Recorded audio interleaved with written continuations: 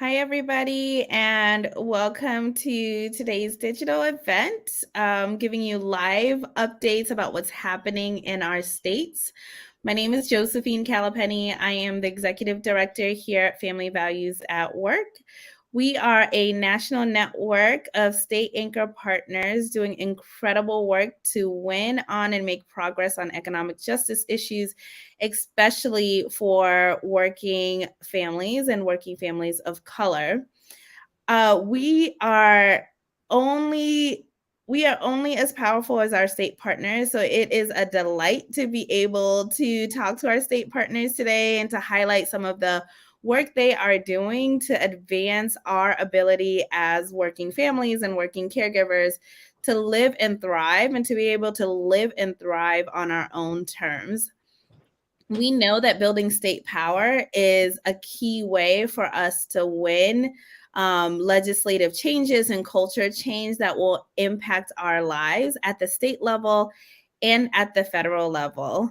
As you're listening to all of the incredible work that's happening, make sure to check out who might be in your state doing incredible work. You can find that information out at familyvaluesatwork.org. We invite you to join the movement to win for our families, both with Family Values at Work, but to get really involved with your state partners, because we know that the local is where it gets personal really fast and where the impact often happens the quickest. So get involved at your local level, get involved in the national movement so we can really win for working families. I'm super excited to be joined by three of our state partners that are doing some of the incredible work. You're going to hear about all of the things, all of the politics, all of the policies, the ways you can get involved, and some of the key issues they're working on that are really going to make meaningful and substantive changes in all of our lives.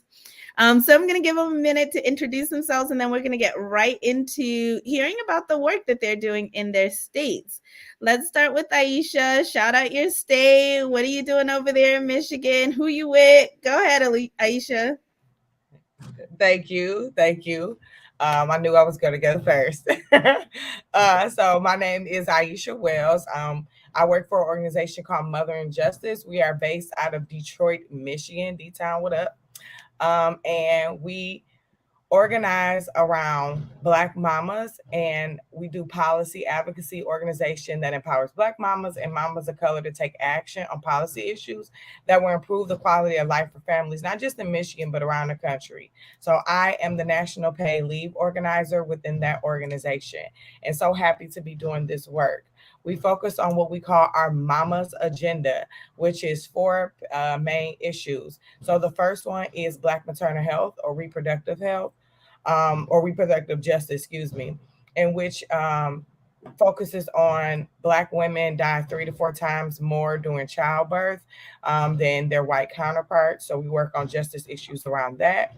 We also work on affordable childcare and our the network that helps us with childcare, as we saw over the pandemic. So a lot of folks pay the equivalent of a rent or mortgage to afford childcare, which is abysmal. And so we work on that issue. And then we also work on basic needs, so food, water, shelter, prescription drugs, healthcare.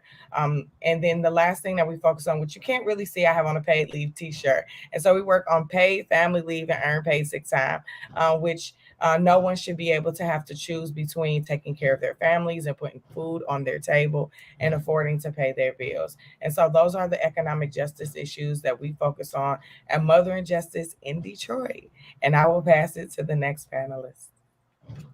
Thanks, Aisha. Shout out to Alex. Go ahead, Janae. Thank you. Hi, everyone. I'm Janae Woods-Weber. I am the newest executive director of the Connecticut Women's Education and Legal Fund. We also go by the nickname Quelf. I've been in this role for almost 8 months. I'm the first Black woman to hold this role in the 48 plus years of our existence. And we are also now majority women of color staff, which is very exciting for our work. We work with a justice and equity lens to advocate for women and girls in the state of Connecticut, especially women and girls who are under-resourced or marginalized. And our work is also inclusive of trans women and girls and non-binary and gender non-conforming people. We do that work in primarily two ways. We have a legal education program where we provide legal education and resources to our clients who are predominantly women with low income who have at least one dependent. We try to help them close the civil justice legal gap. And we also engage in policy advocacy work up at our state capitol. And the focus of our policy agenda is on women's economic security. We also have led the Connecticut campaign for paid leave, and we won paid family and medical leave in our state, and it is just starting to be implemented this year in 2022, which we are very excited about. Thanks, Janae. Can't wait to hear more about that. Katie, talk to me. Hi, everyone. It's very exciting to be here. My name is Katie. My pronouns are she, her, and I'm with the California Work and Family Coalition. We are a California statewide coalition of a lot of different kinds of organizations who are all united around the idea that if we're sick, we are bonding with a new baby or caring for a seriously ill family member, we should be able to do that without risking our job and economic security. We came together as a coalition to help pass paid leave here in California in 2002, and we were the first state to have a state paid family leave program. So since that time, we've just been really focused on two things. One, making sure people understand their rights and can actually take paid family leave, because we find that awareness of our program can still be very low, especially in working class communities. And then we're also focusing on addressing the policy gaps, because as soon as you pass a law, you realize who's left out, what changes need to be made. And so that's really what I focus on, is trying to expand and improve paid family leave and also paid sick days. Thanks, Katie. We're going to really dig into this. I want to hear from you all. What's the work happening in your state houses, and like what are the politics and the policy that both are creating an opportunity or maybe even creating challenges? Like, what do people need to know about what's happening in their states? We'll start with Aisha. Yeah, thank you. So much. This is a very loaded question, especially in Michigan. We are kind of unusual in a lot of ways how certain things are happening right now. So one of the biggest things that Mother and Justice is focused on is our state budget, right? Their ongoing meetings on finalizing the budget for 2023. And so we know that the federal funds from the American Rescue Plan were like a one-time investment, right? And it increased and improved access to affordable and high quality childcare. However, the current funding in the state of Michigan budget, it just won't meet those needs. So thousands of families will lose that support. We're also working on maternal health. Is one of our top priorities, as I mentioned before, at the state level. Maternal health and infant health packages are slated to be introduced here soon, and they would address like racial and health disparities we see in our communities, like I mentioned before. But that is also a priority for us. And just maintaining that funding permanently and extending it to like postpartum Medicaid coverage, so for it to be allowed for a longer period of time. And then we're also working on healthcare, which is another concern, over like high cost prescription drugs and insulin and lack of access to mental health services. And then we're also working on the EITC, which is the Earned Income Tax Credit, and restoring that to the original amount because it was decreased, believe it or not, in Michigan. Wow. Right, I know, that's very hard to believe. So there's a lot going on around those tax bills at the moment, and especially with like vetoing. Our governor has vetoed a lot of our tax bills here that are coming in from some right from the right that are actually just not accessible to our Michigan community. It just all tax bills are not created equally, as we all know, and they really cut out the working families. And then we have our Michigan League of Public Policy here. And so that restoring that credit would put about $749 back into the pockets of the families in Michigan. So we're really working really hard to help people with that earned income tax credit. That would help with like a car repair, any type of emergency that arises that would keep someone able from not covering the bill if the emergency rises. So that is was a mouthful, but that is currently what Mothering Justice and some of the issues that are ongoing right now in Michigan. Aisha, when you list all of those things that Mothering Justice is working on, I'm like, you must have a staff of 100 who are like, in your state house, who are calling elected officials, who are paying attention to the budget. But so I want to come back to that, to like, do you have a staff of 100? And if not, how are you building power to build the capacity to get all of this done? So we're going to come back to that.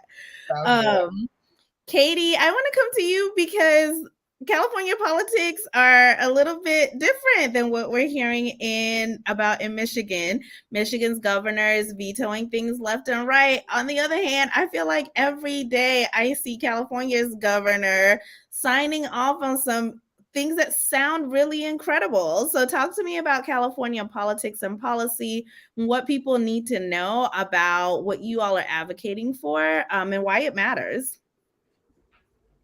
Thanks, Josie. Yeah, we definitely are in a place that a lot of other states are not in, and that, we have Democratic supermajorities, and we have been able to do things like pass COVID paid sick leave this year, which is in effect until September 30th. But none of that would have happened without an incredible groundswell of support from people and organizations all over the state. I think that even with progressive leadership or, politicians who have historically supported these issues, they still need to be hearing from people, this is a priority for us right now.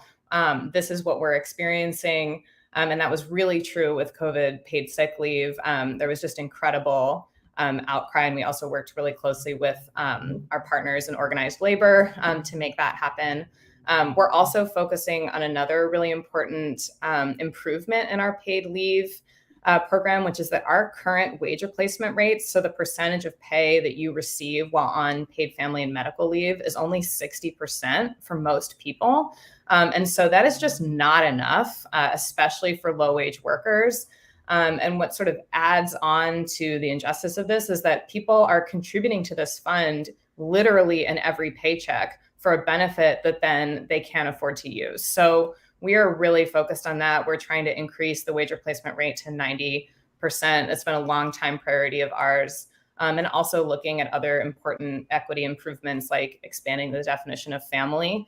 But I would still say it's just really important for people to speak up about the issues that you're seeing in your community to make sure that your priorities are known to our elected officials.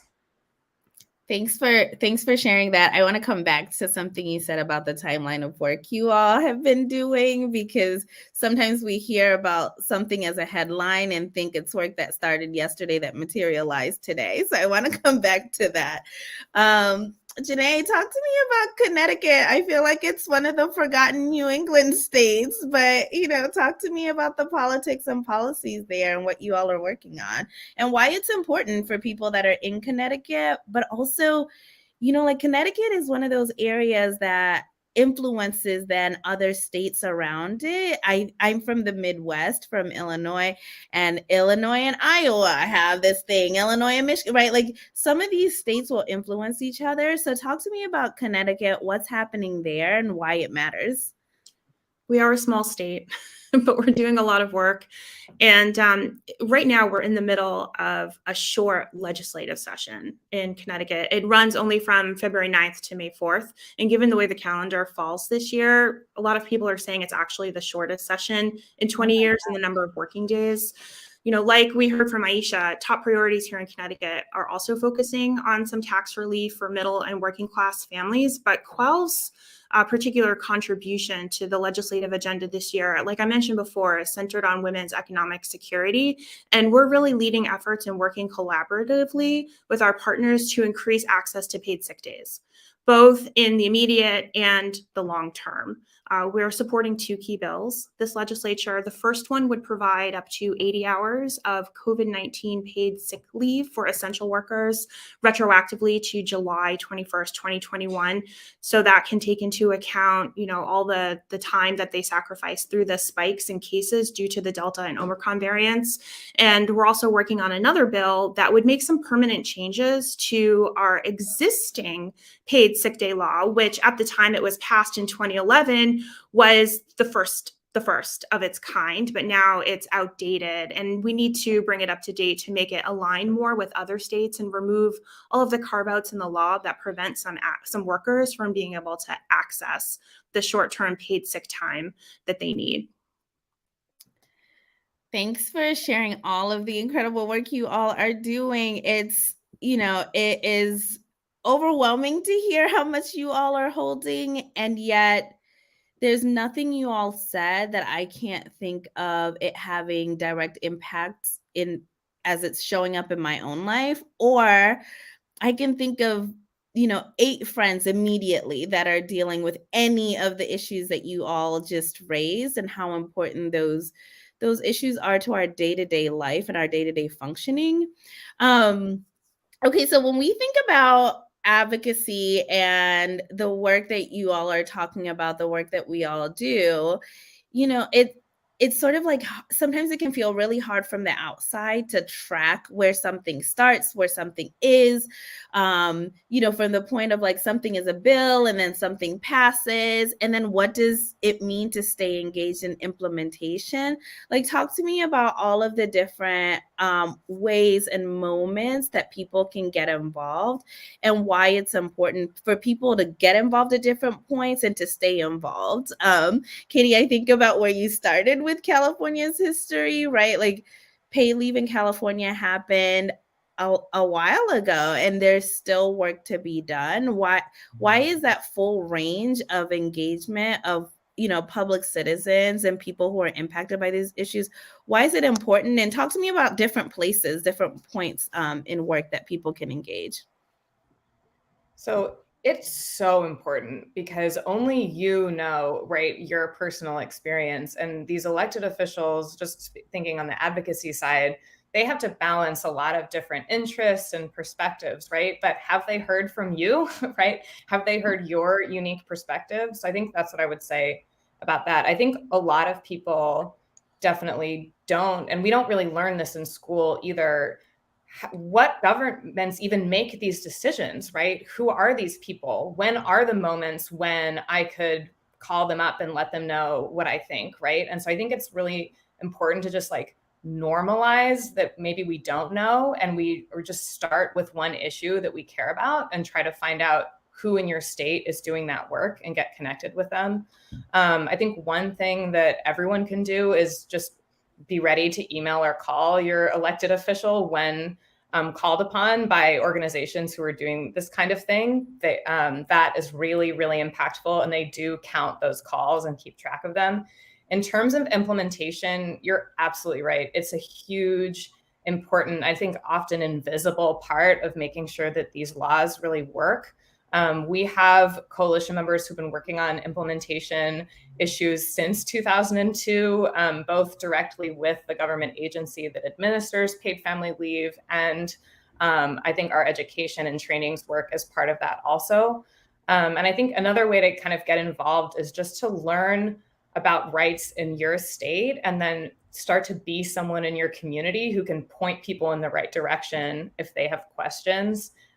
We've probably all experienced that once you know a little bit about paid sick days, paid leave, everybody you know who is having a baby or caring for a family member is texting you, calling you, asking you how this stuff works. And we know from California that those trusted messengers make a huge difference in people accessing these programs. Yeah, Aisha, Janae, what would you add to that?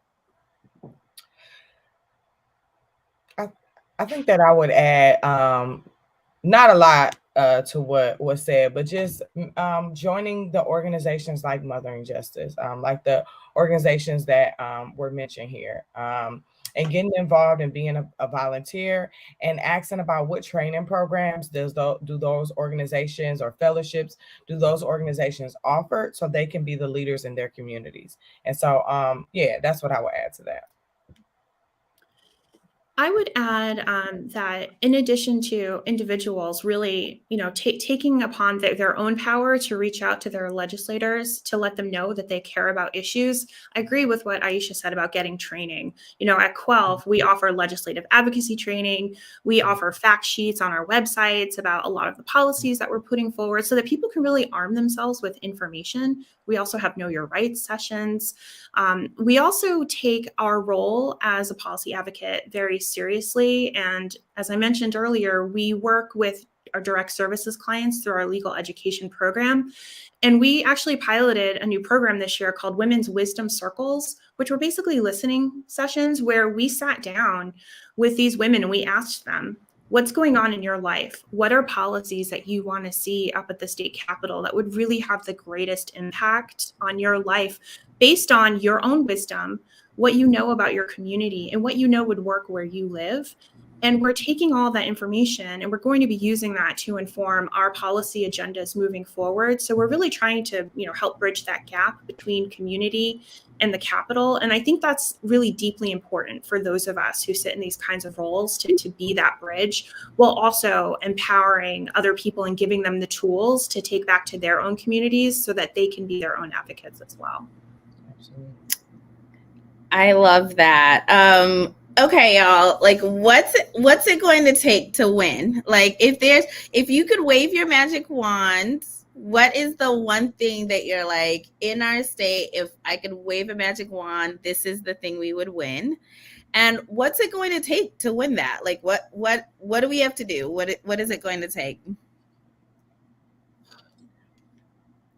So at Mother and Justice, we've similarly what was just mentioned. We've also started we're part of a few coalitions. One of them is Defend the Black Vote. Right. There's a lot of issues going on right now with voter restriction campaigns. Mm-hmm. And so what we have done, right, you have to make sure that we are still empowering people to come out to vote. So that's one thing that we're working on. We also have a fellowship that we started at Mother and Justice around getting more Black mamas and mamas of color to come out and become lawmakers themselves. And so we're teaching them how to become lawmakers, how to run for office. And that is a fellowship that has a number of mothers that we are supporting all the way through from beginning to end.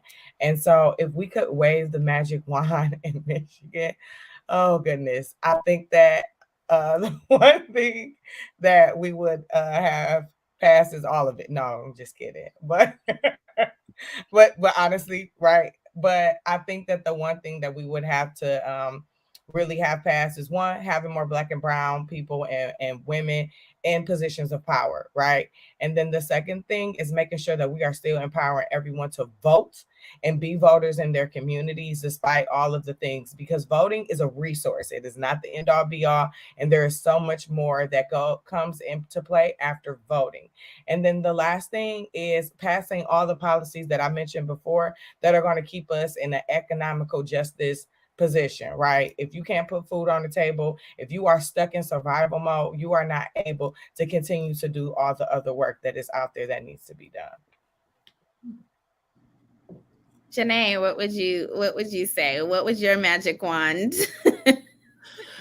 Oh, so many things. If I can only pick one, if I could wave my magic wand to make it easier to get these policies passed, get these laws on the books, to really uplift, the folks in our communities, especially the women and girls who have been marginalized and under-resourced for generations, I would want there to be a lot more public education around why we need these laws and how they work systemically, because we're talking about systemic level issues here. We're not talking about any one person's, individual personal responsibility that led them to be in the situation where they are. We're talking about the consequences of generations of injustice. And if I could wave my magic wand, I would really want people to understand that these issues are not, controversial. They're not political, but they have been politicized Absolutely. in a way that they're meant to divide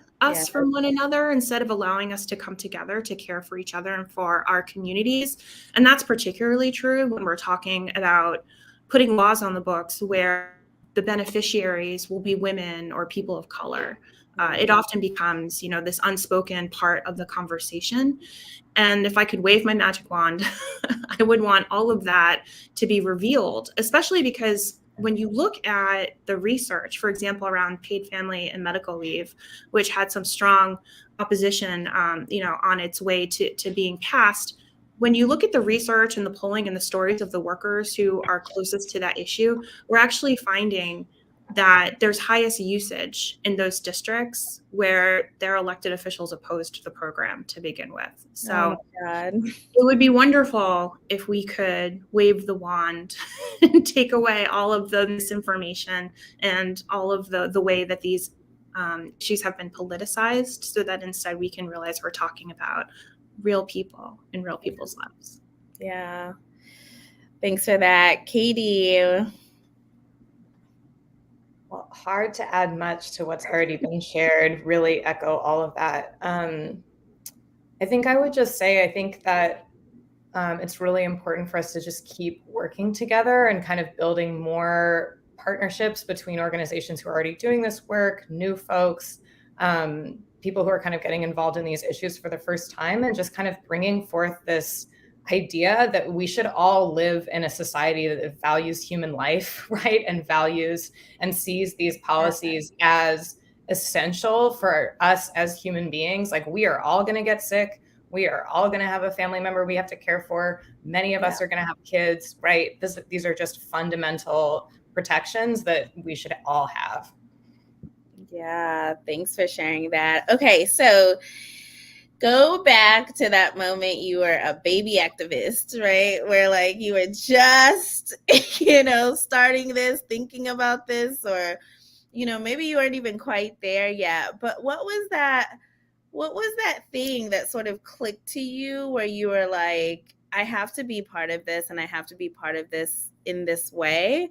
I think in our world, we talk about advocacy and activism, and it's become, a really popularized word that sometimes feels so big when I'm talking to people. Like it feels massive when I'm talking to my mom about how she should, at least be her own self-advocate. And the minute I say that, she sort of, you can just see her eyes gloss over about how big of a term that feels like. So take it back to like when you first got started, and like why should everyone see themselves as an activist or an advocate wherever they are in whatever sphere they're at? And like what does it take? What's that one baby step, that everybody should just sort of like hold on to and take? I love to start that because I love to talk about Alex. As you mentioned before, Alex is my 15-year-old son. He is disabled, and he has a number of health concerns that we have dealt with since the very first day he was born. And so when I think about what brought me to Mothering Justice, what brought me to doing this work is being at the hospital with my son every single day, right? For summers, for weeks, during the time through holidays. We spent his birthday in the hospital before. I understand, I always say viscerally how it feels to not have paid leave, to not have a decent wage. There was a point in time in my life that I was making $7.50 with no type of paid leave, with the child that was in the hospital in intensive care multiple times out the year. And so that's what got me fired up. That was the point in my life that I said, anybody who I meet, any mother that I meet that has a child who's disabled, please come talk to me. I'm here. I'm able to kind of help you advocate for yourself, because I had to learn in a difficult way, quite frankly, how I could advocate for myself and how I could make change in my home.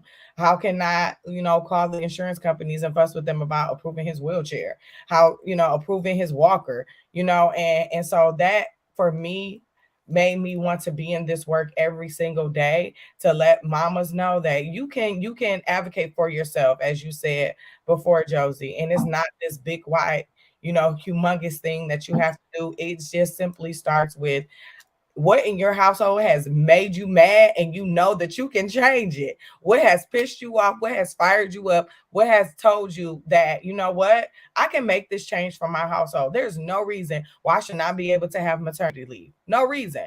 I'm working full time at this job. I'm giving this job my blood, sweat, and tears and love, and I can't even have maternity leave. What is that? And so I think that thinking about those moments in our lives that we're like, there's no policy for this, there's no advocacy for this. That is your turn to be that person in your community, in your neighborhood, even if it's school lunch, even if it's healthcare. Just think about something. And I know that it is, unfortunately, something that is in everybody's household that you can say, let me change this. Let me fix this. Yes. Katie. Ooh, tough one to follow. I was gonna say, Aisha got fired up. That was a mic drop.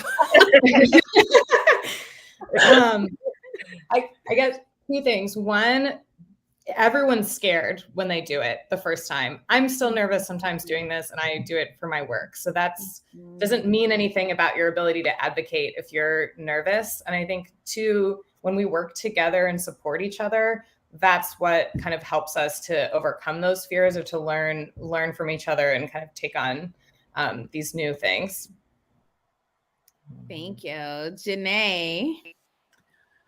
Wow, so much good stuff that you both just shared. But Aisha, thank you for sharing your personal story. And I think for me, that's the biggest part is, your own story. The power of your own story. You are the expert on your own life experience. And if you don't insert yourself into the conversations and the processes where decisions are being made about your life for you, then those decisions will be made for you without you. And so you want to be part of that process so that you have a say in how things shake out and impact your life. And I really appreciate what you said too about, sometimes being nervous doing this, even though it's your job. I feel that way too sometimes. And one of the things that I always remind myself is I don't need to know all of the answers myself. That's why I work in coalition with other people to build partnerships. That's why it's important to go out and find your people around these issues, and to be intersectional in doing so as well. And understanding that so many of these issues are intertwined with other issues. Like they go hand in hand. And, when you get out there and you start doing the work and advocating, you will find that you have allies and co-conspirators everywhere. I love that. I often think about how the people closest to the problem are closest to the solutions. Like the folks who are dealing with the problems are figuring out how to make it work every day. And if we don't weigh in on what we know is working and what we know is not working, then it leaves it up to somebody else who may or may not have experience in what they're talking about, who may or may not have our experience, to really consider some of the solution making that is required. And I love what you all said.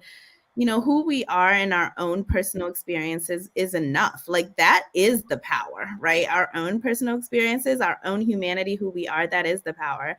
And I always think, like, if you've ever had an experience that made you think it shouldn't be this way, and it doesn't, and as soon as you ask, does it have to be this way? And as soon as you ask, why is it this way? That's it. Like that is actually the launching moment where you are an advocate. You should consider that issue that's making you ask those questions and find a community that's working on that issue. And if there isn't a community, start that community. Yes. And Katie, I love what you said. Like, do it, and do it scared. Like, we've all pushed through moments of nervousness, anxiety, and fear because we were doing the right thing and we were doing the thing that had to happen. So do it scared.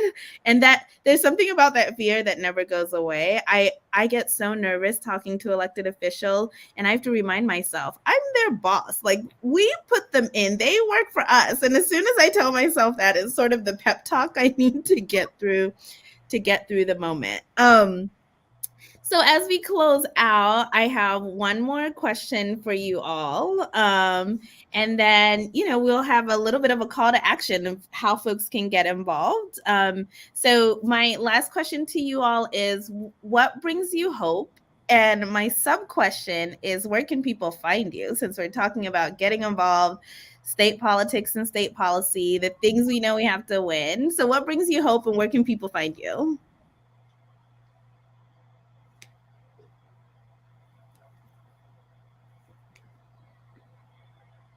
We'll start with Katie.